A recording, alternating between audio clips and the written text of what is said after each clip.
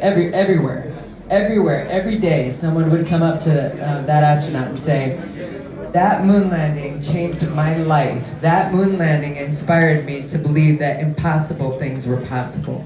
And it made me want to do something. Maybe not necessarily be an astronaut, but maybe be a teacher."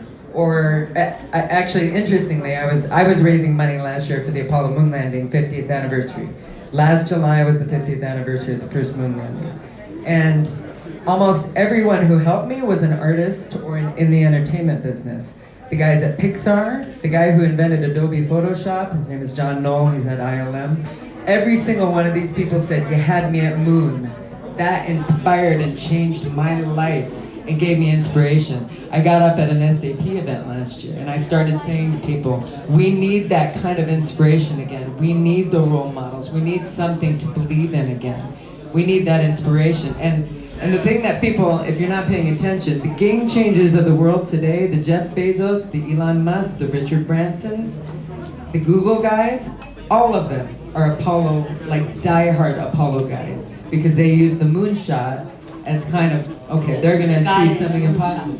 But it's not just women. I meet a lot of women who feel that way too, but they don't get highlighted as much, and I think that that's what needs to change. So the reason I'm pushing so hard for Artemis and the first woman on the moon is you can put all kinds of processes in place, you can try to change a lot of the rules, but if you don't inspire people or make them hungry to want to be a part of it, if you see a woman who's an astronaut that's going to be the first woman on the moon, I guarantee you that girls all over the world are going to be inspired by that and want to do something interesting or maybe pursue their dream. You know, people, so I took over Times Square and I also took over the London Piccadilly screen. I produced the gala at Kennedy Space Center for the 50th anniversary of the moon landing.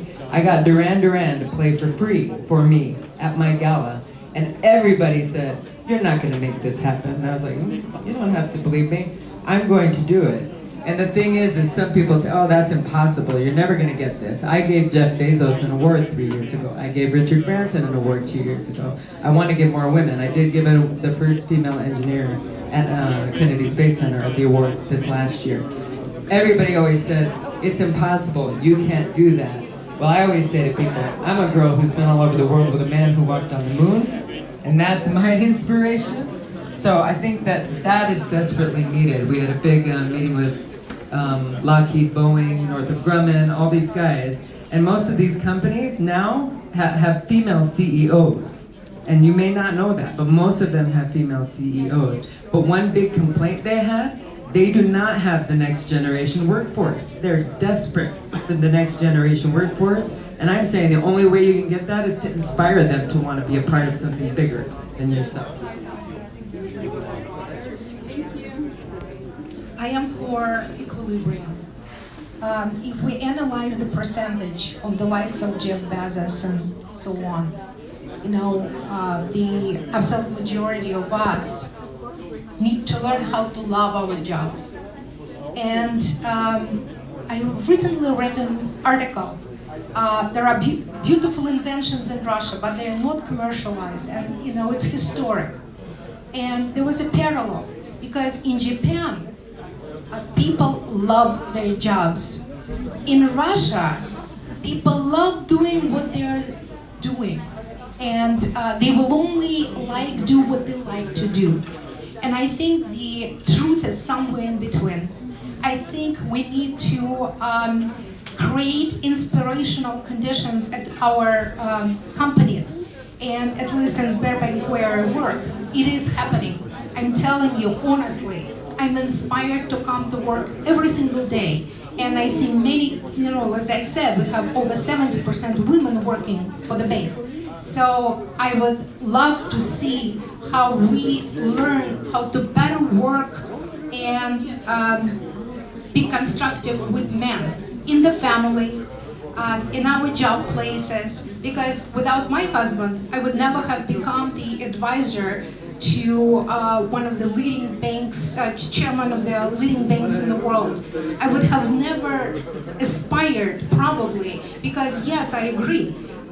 We sometimes find the energy in countering, where we don't have to fight, but we have to prove ourselves. And this is a very positive energy. So I think we don't have to instill finding a job only when you're a kid. You don't know what you will end up loving. I think we need to teach how to love what you're doing and find inspiration and motivation in everything.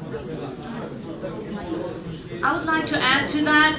I think it's a balance again, right? I mean, you've got a passion. You want to live that passion, but at the same time, you need to look at the reality. And the reality is, you've got, if you like it or not, some society boundaries as well. We need to live. We need to have food. We need to pay our rent.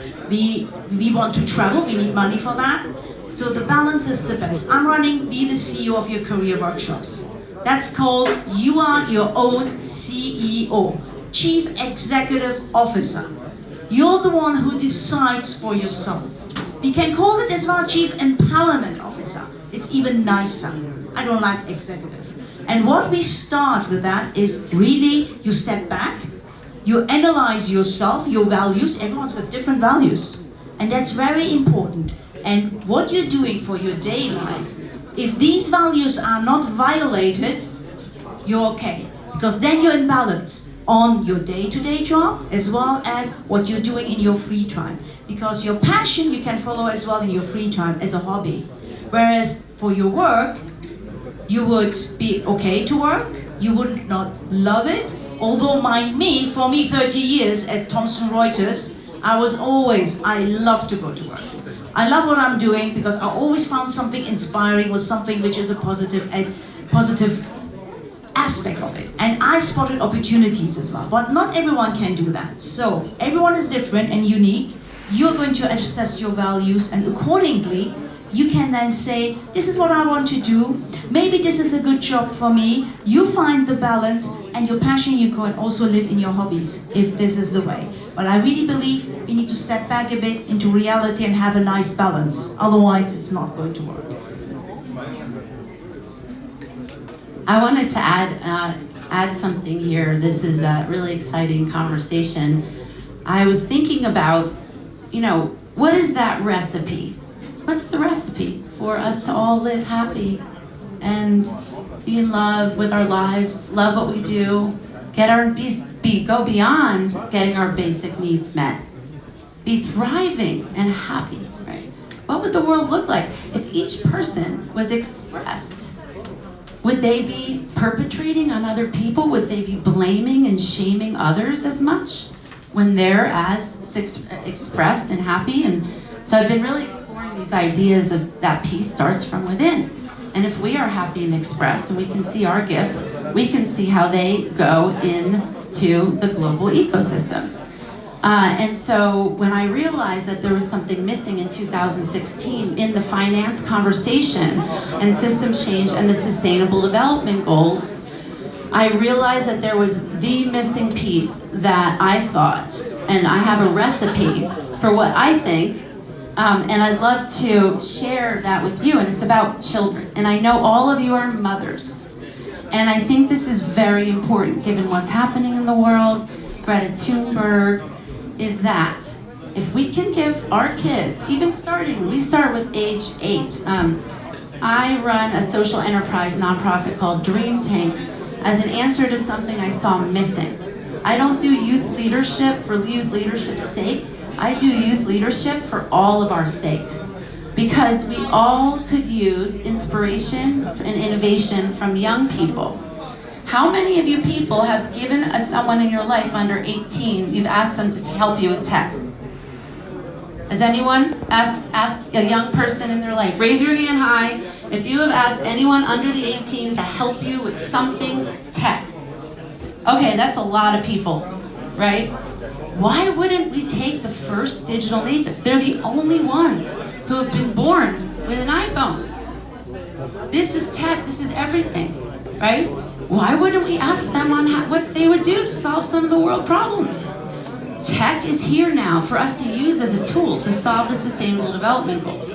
So, young people, women, elderly, diversity, we all need to be sitting at the table and we all need to pledge to do something different when we end here in Davos. That has to do with helping a woman or a girl see her worth, help her get confident, give her an opportunity, change something in your company, that will be in alignment with this. And I want to close with a question for everyone who's a mom. What do you want to tell your kids, and what would you like to say to them about what you're doing to advance youth, voice, and leadership in the world?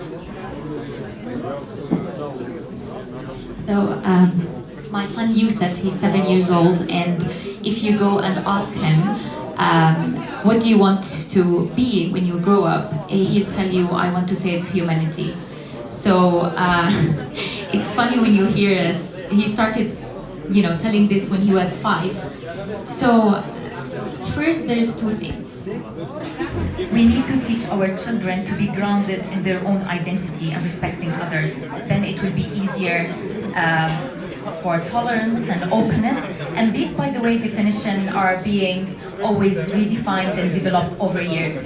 So that we need to teach them to have this open mentality to redefine these words and what does it mean. And the second thing is always, and it's my struggle when I do purely traditional trading business or petroleum products and grains, is like how, and this is, I always question this too, I always question myself and challenge myself and always ask my son, is two things. What do you do every single day that leads to environmental protection and social development? And second, does your moral compass lead you to solving the global urging challenges? And it should be really something very small. You start with first yourself, keeping your values when you are in a higher position, because we don't want you to lose your moral compass as a woman. And the second thing is, what do you do? And of course, work on yourself, and second, of course, inspiring young people just by acting upon your own values, which is very important when you reach in a point where your values sometimes it would be questionable, or you have the question of power or seeking truth. Very much agree with you, and I truly believe in the capacity of our children to achieve enormous goals in their life. Our mother's duty and grandmother's duty to encourage them to find their identity, what exactly they want to do in their lives, to understand themselves first, what their values are, where they want to see them in a few years, and to understand what kind of passion and for what they have to realize their potential.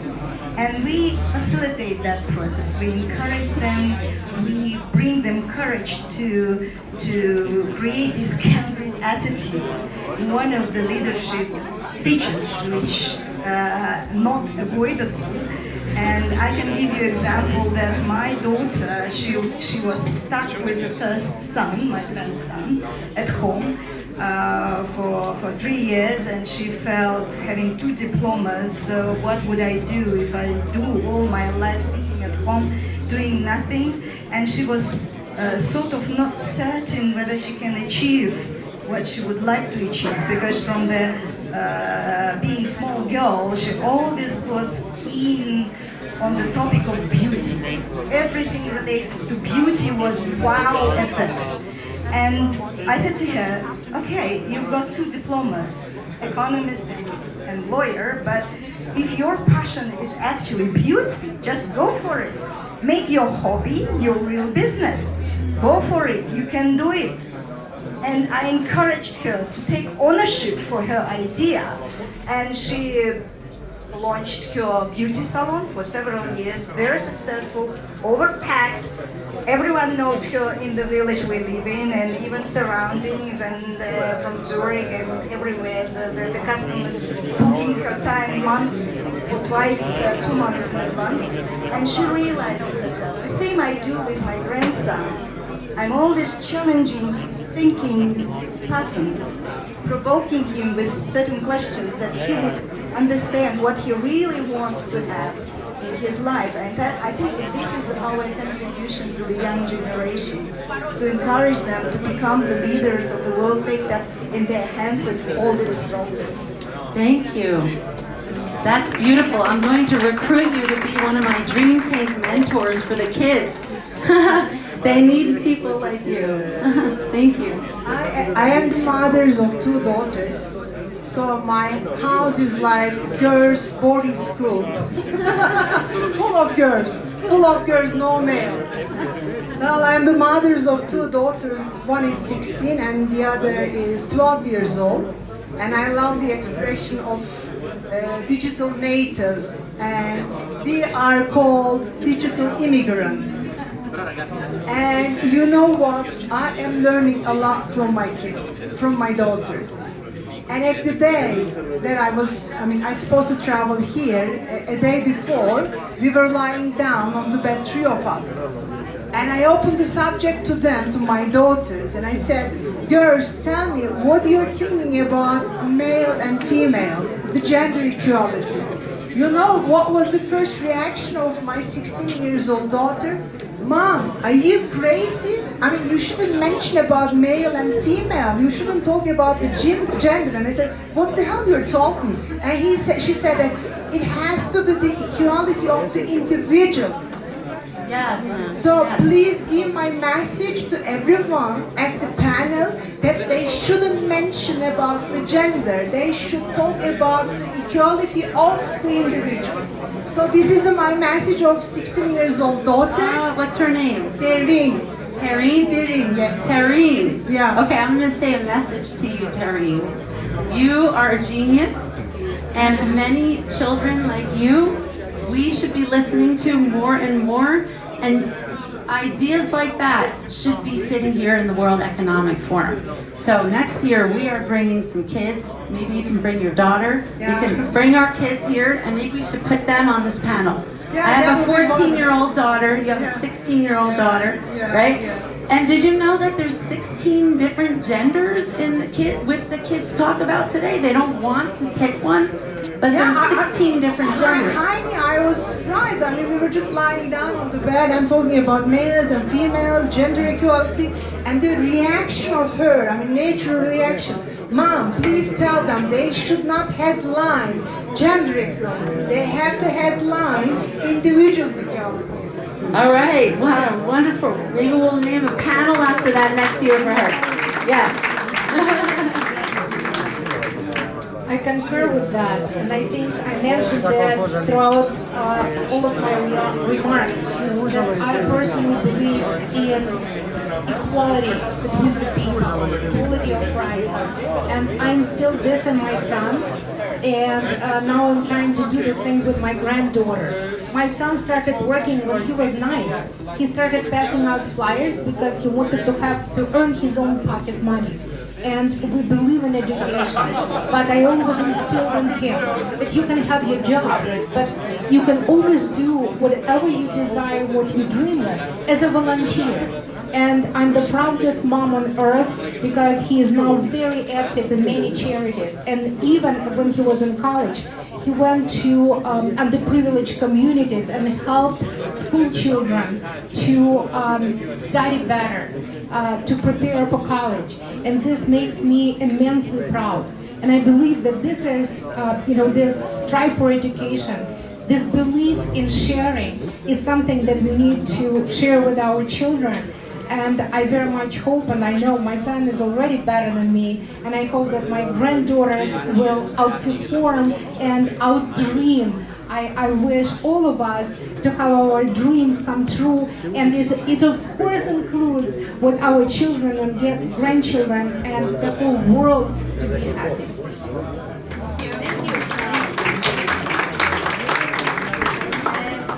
I've got a son of 23. He's a big boy now. He's working now. He doesn't still not really know what he wants to do. So he's trying to figure it out. He's a bit late with everything. But that's fine, that's his journey. And I support him as much as I can. And his thing is to be grateful. To be grateful on what we have at the moment. We never really realize this. And be respectful, and most importantly, non-judgmental. And that's what he's always acting on. Everyone for him is equal. And that's something that we need to teach our generation, our new generation, our kids, which is very important. And the pledge today that I want to give is what I'm doing now. After my corporate career of 30 years, I created my own company, and it's called Inkick. Get out of your horizons and boundaries. I'm running these workshops for women because I want to empower each of the women for themselves and would like them to discover themselves. And that's my pledge, that I'm going to do this for as many women as I can. Thank you. So, I'll make a pledge. I am a mother also. I have a 5-year-old son and an 8-year-old daughter. And obviously I'm going to go back to space. Space is a way, I do space education as well. I created giant moon and Mars maps that we give to schools. And you were talking about purpose. I just started Purpose Entertainment because I'm an entertainment person. I create events, activations because of the purpose. I could make a lot more money if I just went and did things that I didn't care about. But it really is meaningful for me to do things, especially that inspire kids. My daughter says she wants to be, her idol is Mae Jemison, who's an African-American female astronaut who is a medical doctor astronaut. So she says, I want to be Mae Jemison, a medical doctor and astronaut. I want to be a geologist. I want to be a detective. I want to be, there's one more she added. She's like, you got to keep adding. I have a few more. And so she, can I do all those things, Mama? Of course you can, honey. So I think my pledge that I have, I've already kind of made this anyway for women. This is a big year for America. This is the 100th anniversary of the women's vote nationwide. 1920 is when women nationwide got the right to vote. August of 2020 is the women's vote centennial. So I'm doing a lot of activations that are about including women, making women aware of it, making them aware of the women. You know, a lot of guys call me blunt. They think that I'm very blunt. I'm told a lot that I have a male energy. I have a deep voice. I get called sir at least twice a week on the phone. But the thing I wanted to say is, 100 years ago, can you imagine? We're all strong women on this stage. Could you imagine the women 100 years ago and how tough they had to be to fight for women's right to vote? So I kind of want to help. My pledge is to try to get women have that same spirit again of coming together, bringing all of our strengths together for something bigger than ourselves. And we're much stronger together. Rather than competing, when we work together, we can get a lot done. Like, they fought for 72 years for women to get the vote. Now we are 100 years later, and we're still fighting, but we can continue to do that if we all commit to join together, not just for ourselves as women, but hopefully as models for young girls to see what we can do when we join together. So that's my pledge. Thank you. Okay, last thing. So, I want to share that, I'm very, very, very excited about this panel, and there's one piece that I haven't heard yet, and I want to just make sure it's in the space, is that this is not about really men and women. This is about flow and balance of all the energies on the planet so everyone can do their part.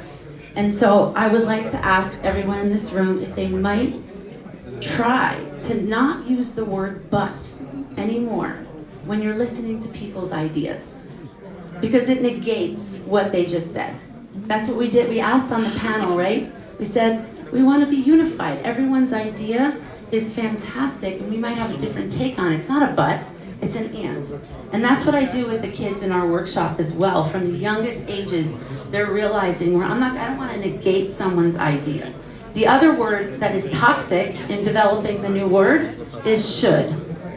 People have said, don't should on yourself, or please don't should on me. Okay, so should make someone feel bad for something that you think that they should have done, but it doesn't help move forward in any way, in any situation. So just try to use that word should, unless it's a fun way to use the word should. Go to the parties tonight. Yeah, going to the parties. You should go to the party. You should laugh as much as possible. These are good shoulds, right? And also, the other request is listen to children. Listen to what they have to say. They are very wise. They have ideas for us. And so my pledge is that I'm on this planet to listen to children's ideas, help them launch a business or an innovation that is from their passion, something they love doing so much they can't imagine being anything but happy when they're doing it. Choose a sustainable development goal, launch something, and learn how to make money doing something you love, achieving positive impact in your community. And that's what Dream Tank is about. And that's my mission in the world, is to partner here with anyone who believes the same, because we're gonna get to 1 billion kids. And if we have 1 billion kids activated and feel seen, heard, get their ideas heard, and adults can help them, moms and all of our network, dads, everyone, take them seriously right now. Look at Greta, look at Parkland, look at other things. Take them seriously. Do not pat them on the head and say, what do you want to do when you grow up, actually? It's what do you want to do now? Now's the time. Thank you very much.